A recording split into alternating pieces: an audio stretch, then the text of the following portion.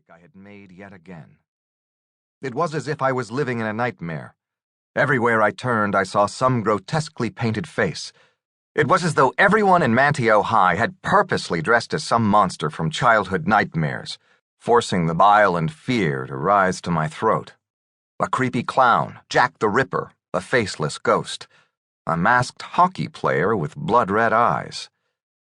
The laughter around me grew as I continued to push through the group. I was becoming claustrophobic, needing to escape the pressure of the laughing faces building around me. Groping hands and hideous visages surrounded me as I continued to push the monsters out of my way. But I understood what was happening. I knew. I closed my eyes against the macabre-like scene and moved through the maze of people that had suddenly been placed before me. A blockade, to prevent me from reaching Carolyn as quickly as I would have liked.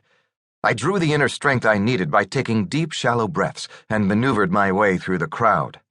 When a masked clown or monster drew too close, I would reach out and pull off its disguise, only to find a faceless form staring back at me. Magic. That was all it was. Magic placed before me to impede my advancement. I wanted to scream out, to use my own power to throw off all these obstacles. But I was afraid that my powers would mistakenly hurt a mortal soul. My rage could indeed bring about the demise of innocent life, of every life at the party. And that I would not have. Finally, I reached the bathroom, knowing full well that Carolyn would not be inside waiting. But still, I had hope. I brushed past the drunk partygoers and threw open the door only to find two students making out against the sink. "Sorry," I said as I quickly shut the door, but they didn't seem to be too bothered by the interruption. "Where is Carolyn?" Rowan asked from behind me. His concerned voice broke through my growing fear as I turned to face him, unable to contain the horror that was rising inside of me. "They have her." Carolyn. Darkness engulfed me. Silence surrounded me. I found new meaning in the words pitch black. Every single one of my senses simply came up empty. I wanted to scream, but there was no point. I knew that no one I needed could hear me. Why do anything to attract more darkness? I told myself. It's best to remain as quiet as possible.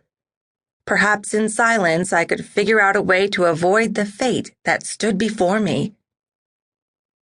Moments that felt like hours passed. Finally, I could hear the faintest sound of running water, but nothing more than that, and the echo of the deep and quick breaths I took within the confined space. I ran my fingers along what felt like a wall of rocks, but pulled them back, fearing what I might encounter. Closing my eyes, I tried to recount every moment of my evening. I couldn't have been taken far, I thought. Things had happened so quickly, and within what felt like seconds, I had been confined to my dark new home.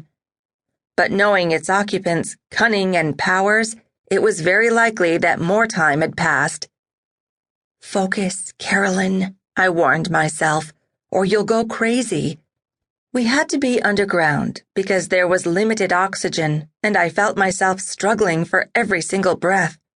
I untied the top layer of my costume. I wanted my movements to be as free as possible for the inevitable war that was sure to come. I wasn't going to go down without a fight, and a fight of some kind was inevitable. I wouldn't last long here, that much I knew, but I also knew that they wouldn't allow a quick, swift death. Much more was in store for me. They had been plotting my demise for so long, they would relish every moment of it. The Dark Fae were cunning. They had placed me in this prison to drain my energy, weaken me, so that I wouldn't stand a chance. I would be putty in their hands, and I would surely crumble. I wanted to cry, but I couldn't. I wouldn't. I would never allow him or any member of his clan to see my fear. Reaching up for the dark walls again, I slowly felt my way across their stony surface. The walls were damp, and the air was humid. This, coupled with the dripping sound of water, meant that I had to be near